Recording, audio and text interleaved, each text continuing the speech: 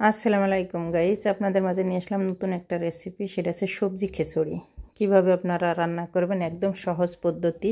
আমি রেগুলার যে পদ্ধতি বাড়িতে বানাই সেই পদ্ধতি আপনাদের মাঝে এই ভিডিওটা আমি শেয়ার করলাম। যদি আপনাদের ভালো লাগে অবশ্যই চ্যানেলটা দেখবেন এবং শেয়ার করে দেবেন, সাবস্ক্রাইব করে রাখবেন নতুন নতুন ভিডিও পাওয়ার জন্য।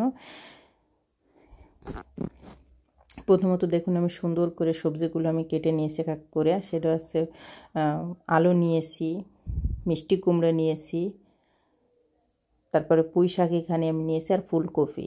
আমি 4টে সবজি এখানে ব্যবহার করছি। এক এক করে আমি 3 পদের ডাল এখানে আমি ব্যবহার করেছি। মাসকলাইর ডাল ছিল না, এই জন্য আমি ব্যবহার করিনি। বুটির ডাল ব্যবহার করেছি, মুসুরির ডাল, আর হচ্ছে কোলর ডাল। এই 3টে ডাল আমি সুন্দর করে ভেজে নেব, হালকা করে আমি ভেজে নেব, যাতে এই ডালের যাতে একটা গন্ধ থাকে সেটা চলে যায়, আর এটা এই খিচুড়িটা খাইতে আরও সুস্বাদু হয়, আরও খুব ভালো লাগে। এখন আমি এক এক করে ডালগুলো ভেজে নিতেছি। এখন আমি এক এক করে ডালগুলো আমি সুন্দর করে ভেজে নিয়ে তারপরে আমি দুইটা হয়তো প্রেশার কুকারে আমি একটা সিটি মারবো বা দুটোই, এটা ঠিকই। আপনারা চুলায় হয়তো জ্বালাইলে একটু সময় লাগবে, কিন্তু আমি সহজের জন্য জালটা যত আমি একদম গলাই দেবো, এই জন্য একদম সেদ্ধ হতে হবে ফুলটা। আর যারা আমার বেচালা ভাই বোন আছে, যারা নিজেকে রান্না করে রাখতে হয়, যারা সেই ভিডিও, যদি এই ভিডিও আপনারা দেখেন, অবশ্যই আপনারা সহজে এই রেসিপিটা বানাতে পারবেন। একদম সহজ, একদম পানির মতন সহজ। আশা করি আপনারা অবশ্যই এটা দেখবেন এবং বানাবেন। এখন ডাল করে আমি ধুয়ে ভালোভাবে 3-4 করে ধোয়া দিয়ে তারপরে আমি করে দিয়েছি, প্রেশার কুকারে দিয়েছি 2 সিটি মারার জন্য। এমনি এক এক করে মশলাগুলো আমি বেটে নিয়েছি। আমি এখানে বাটা মশলা ব্যবহার করব। আর মশলা এখানে আমি আদা, রসুন, পেঁয়াজ আর জিরা, তারপরে দারচিনি আর দুইনে জিরে আমি সব কিছু একসাথে বেটে নিয়েছি। এর সাথে আমি দারচিনিও বেটে নিয়েছি, শিলপাটা আমি বাটে নিয়েছি পুরোটাই। এখন আমি সুন্দর করে মশলাটা কষিয়ে নেব। আপনারা দেখুন, আমি এখানে একদম সহজ পদ্ধতিতে আমি 2-3টে তেজপাতা, এখানে আমি অন্য কোনো মশলা এখানে ব্যবহার করব না। প্রথমত এখানে আমি আলুগুলো সুন্দর করে ভেজে নেব, মানে যে সবজিগুলো আমি রেখেছি এগুলো হালকা করে আমি ফ্রাই করে নেব, যাতে এটা সহজে সেদ্ধ হয়ে যায়।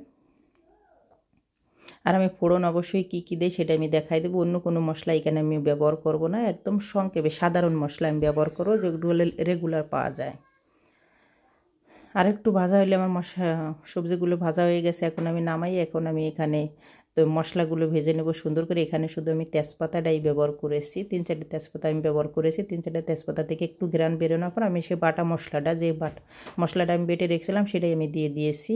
মশলা কী কী বেটেছিলাম তা তো আপনারা দেখেছেন, আর বলা লাগবে না। এখন আমি মশলাটা খুব সুন্দর করে আমি এখানে কষিয়ে নিতেছি।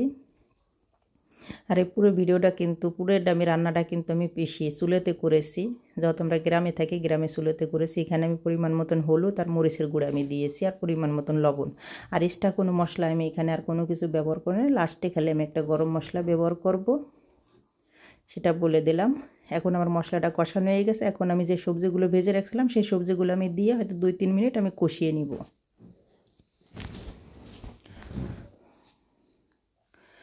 যখন এখানে আমার কষা হয়ে যাবে তখন আমি 1 কেজি পোলাও চাল আমি নিয়েছি। এই খিচুড়িটা আমি রান্না করব, চিনি যে গুঁড়ো যে চালটা পোলাও চাল সেটাই আমি ব্যবহার করেছি। 1 কেজি চাউল এখানে আমি নিয়েছি। এখন আমি চালটা সবজি দিয়ে পুরো জিনিসগুলো আমি একবারে সুন্দরভাবে আমি কষিয়ে নেব। কষিয়ে নিয়ে তারপরে আমি গরম পানি এখানে ব্যবহার করবেন, অবশ্যই গরম পানি ব্যবহার করব। এখন আমি যখন আমার কষানো হয়ে গেছে সবজি চাউল, তখন আমি এখানে পুঁই শাকের যে পাতাগুলো সেই পাতাগুলো আমি দিয়ে দিতেছি। একটু পাতাগুলো একটু বড় করে কাটবেন আপনারা, ছোট ছোট করে কাটবেন না।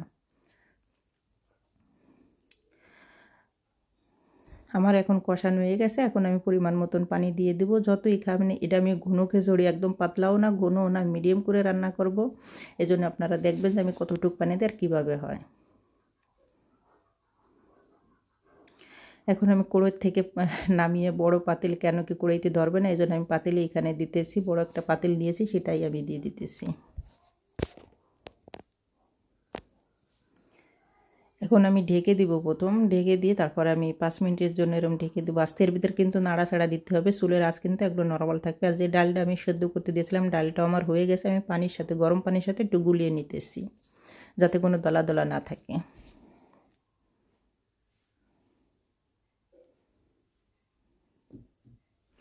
যখন আপনারা যখন চাউলটা যখন দেখবেন 80% বা 70% সেদ্ধ হয়ে যায়, তখন এই ডাউলটা দিতে হবে। ডাউলটা কিন্তু অলরেডি আপনার সেদ্ধ হয়ে গেছে।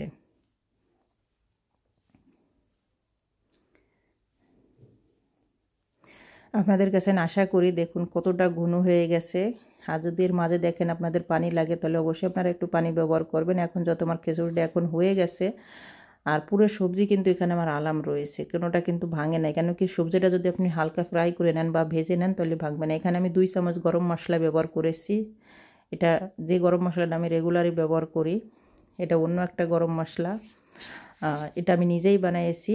আর এইখানে আমি একটা ম্যাগি যে মশলাটা, যেটা ম্যাগি মশলা, তার 1 প্যাকেট দিয়েছি সুন্দর একটা ঘ্রাণ আসার জন্য।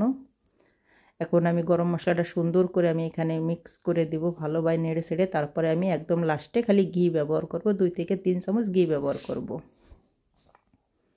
আপনারা গরম মশলা যদি না দিবার চান দিয়েন না, এতে কোনো সমস্যা না। আপনার যদি না থাকে তাহলে দেওয়ার কোনো দরকার না। আমার কাছে ছিল বিধায় এই জন্য আমি দিয়েছি। আর দেখুন খিচুড়িটা কী সুন্দর কালার আসছে। আশা করি আপনার কাছে ভালো লাগবে। অবশ্যই আপনারা একবার হইলেও তো ট্রাই করবেন এই সবজি খিচুড়ি। আর বৃষ্টির মৌসুমে খিচুড়ি কিন্তু সত্যিই খুব ভালো লাগে। আর গ্রাম অঞ্চলে তো বৃষ্টির ভিতরে খিচুড়ি অনেক রান্না করে। আর এই খিচুড়িটা যখন আমি রান্না করেছি আমাদের এখানে ঝুম বৃষ্টি হয়েছিল, তখন দেখুন মাশাআল্লাহ অনেক সুন্দর হয়েছে। আমার যে ভাই বোনেরা নিজেরা রান্না করে খায়, বেচালা যারা, তারা অবশ্যই তাদের কাছে ভালো লাগবে। একদম সহজ পদ্ধতি, আশা করি তারা একবার হলেও তো ট্রাই করবে। সবগুলো মিলে সবার কাছে ভালো লাগবে সবজি খিচুড়ি। মাংস খালি যে মাংস দিয়ে খিচুড়ি রান্না করা যায় তা না, সবজি দিয়েও যে এত সুন্দর খিচুড়ি রান্না করা যায়, রান্না করে খাওয়া যায়, খুবই একটা সুস্বাদু একটা খাবার। আশা করি ভালো লাগবে। আর যদি ভালো লাগে অবশ্যই আমার চ্যানেলটা সাবস্ক্রাইব করে রাখবেন এবং শেয়ার করে দেবেন। ভালো থাকবেন, সুস্থ থাকবেন। আল্লাহ হাফেজ।